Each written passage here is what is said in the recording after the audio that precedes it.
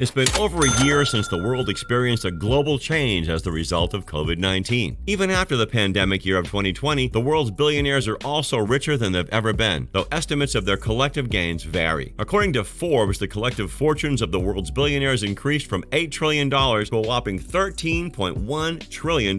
Well, I must say the year 2020 wasn't so bad after all, as the total number of billionaires increased from 660 to 2,755. For a long time, I thought you must be old to be a billionaire. And if you're probably a billionaire at a young age, you most likely inherited money from your super rich parents. Well, the truth is, the youngest billionaires today are not just old money heirs, like I said, but are also self-made. We found just 10 billionaires under the age of 30, which is the same as the previous year, 2020. These 10 young billionaires are worth a collective sum of $29.5 billion, which is $13 billion more than a year ago. Counting down from the oldest on the list to the youngest, these are the 10 youngest billionaires to make the Forbes list and how much they're worth. Sam Bankman-Fried. You might be wondering who Sam Bankman-Fried is and how he made the list. The Hong Kong-based CEO is not an old money heir, but a U.S. native who built his fortune in the cutting-edge world of cryptocurrency. 29-year-old Bankman-Fried was born in Stanford, California. He graduated from MIT with a degree in physics. Bankman-Fried is a former Wall Street ETF trader who built his massive crypto fortune at an astonishing speed, having launched both trading firm Alameda Research, which manages $2.5 billion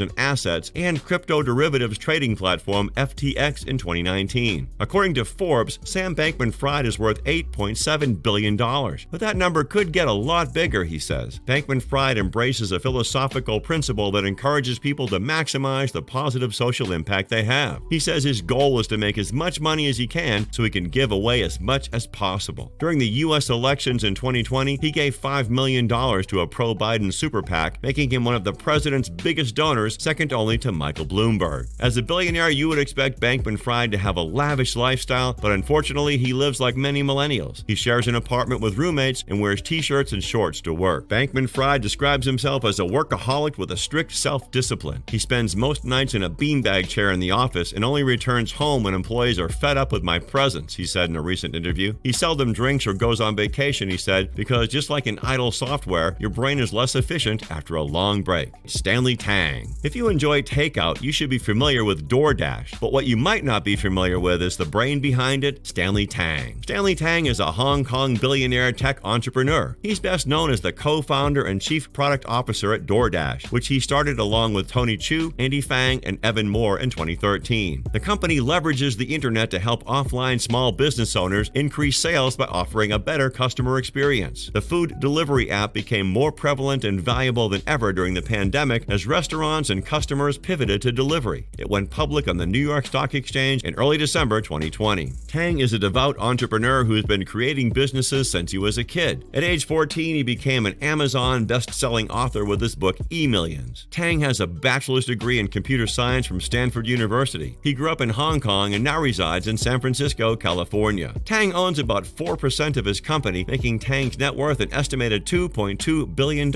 as of December 2020. When asked what advice he would give to entrepreneurs, Tang says it's more of a personal choice. You end up building two very different types of businesses. Going it alone gives you more of a lifestyle business. You have more freedom, but it would also be difficult and slower to scale. On the other hand, if you raise funding, especially venture capital, all of a sudden you have investors, board, employees, and you're forced to go big. That's the only way investors are going to get a return. You raise funding if you want to accelerate growth. Gustav Magnar Witzøe. The 28-year-old owns nearly half of SalMar ASA, the Norwegian salmon producer his father founded in 1991. In 2013, Witzøe's father transferred 47% of the company to him to allegedly avoid a large inheritance tax bill. Currently, his net worth is $4.4 billion. Witzøe is also a technology startup and property investor. He previously worked for MGM Property and has invested in both Gopi and Key Butler. He's a well-known model signed to Norway's Team Models. With 130K followers on Instagram, Witzøe displays his expensive and lavish lifestyle in addition to his professional modeling shoots. Witzøe describes himself as a regular boy who would like to keep things private. That's probably due to my being shoved out into the public limelight. It was very strange at first. It makes you a bit nervous about what people think. But he has come to terms with being a public figure. He also confessed that his parents have regrets about handing over control of SalMar to him when he was only 19. They believe they should have taken more time to think it over. over, he said.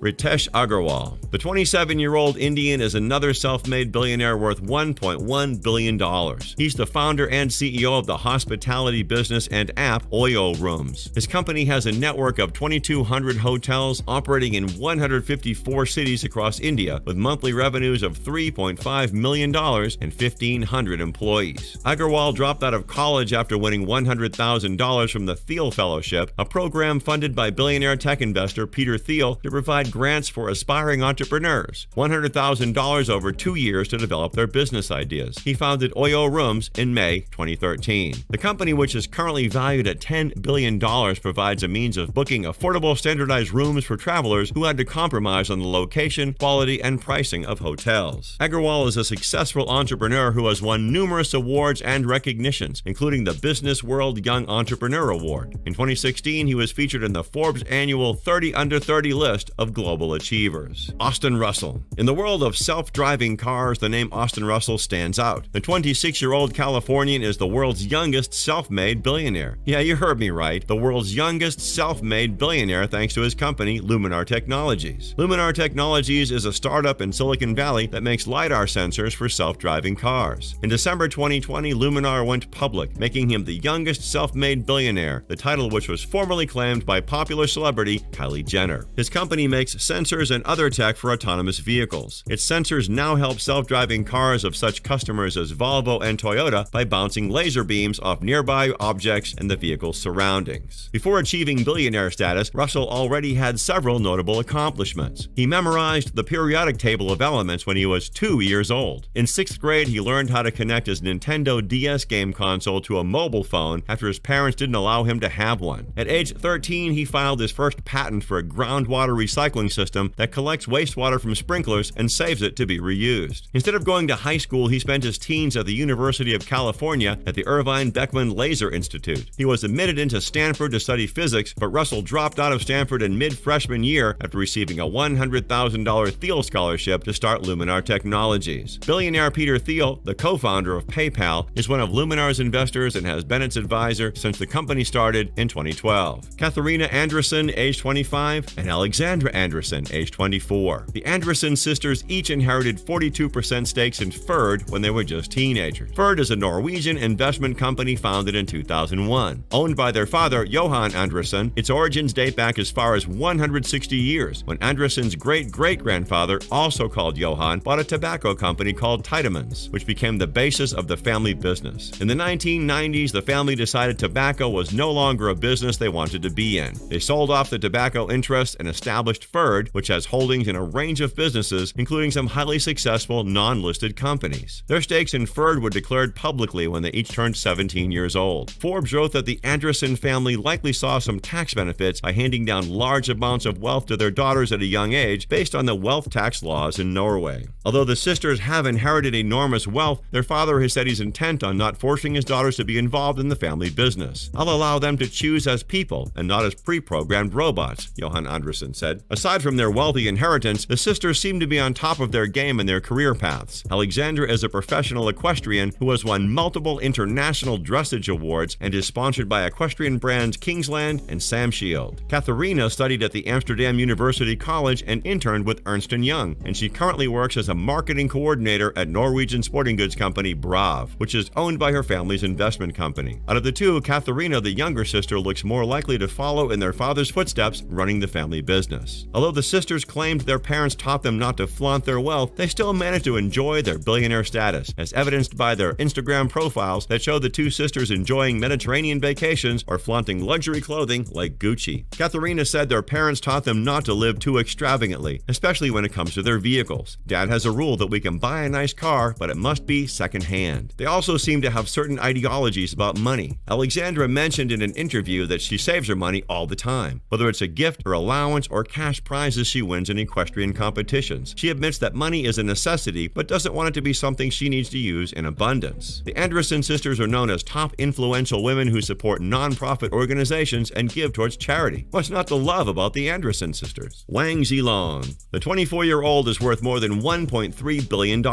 His fortune arises from CHTI Company. The company is the second largest producer of this pigment glass in China, with sites in Gansu and Anhui provinces. brands. They produce titanium dioxide pigment, a white pigment that can be used in coatings, plastics, ink, and other materials. Wang is the youngest billionaire in Asia. He also has stakes in Loman Billions Group. The billionaire seems to maintain a low profile who has no discernible presence on any major social platform, which stands in stark contrast to fellow billionaires on this list. We hope to see more of Wang Zilong in the nearest future. So there you have it. You don't have to be super old before you become a billionaire. And just in case you're wondering how to make $1 billion before age 30, the first step is to inherit a massive family fortune, and boom, you're a billionaire. What billionaire lifestyle are you going to adopt? Who do you think should be on this list? Let us know in the comments below. And if you enjoyed this video, make sure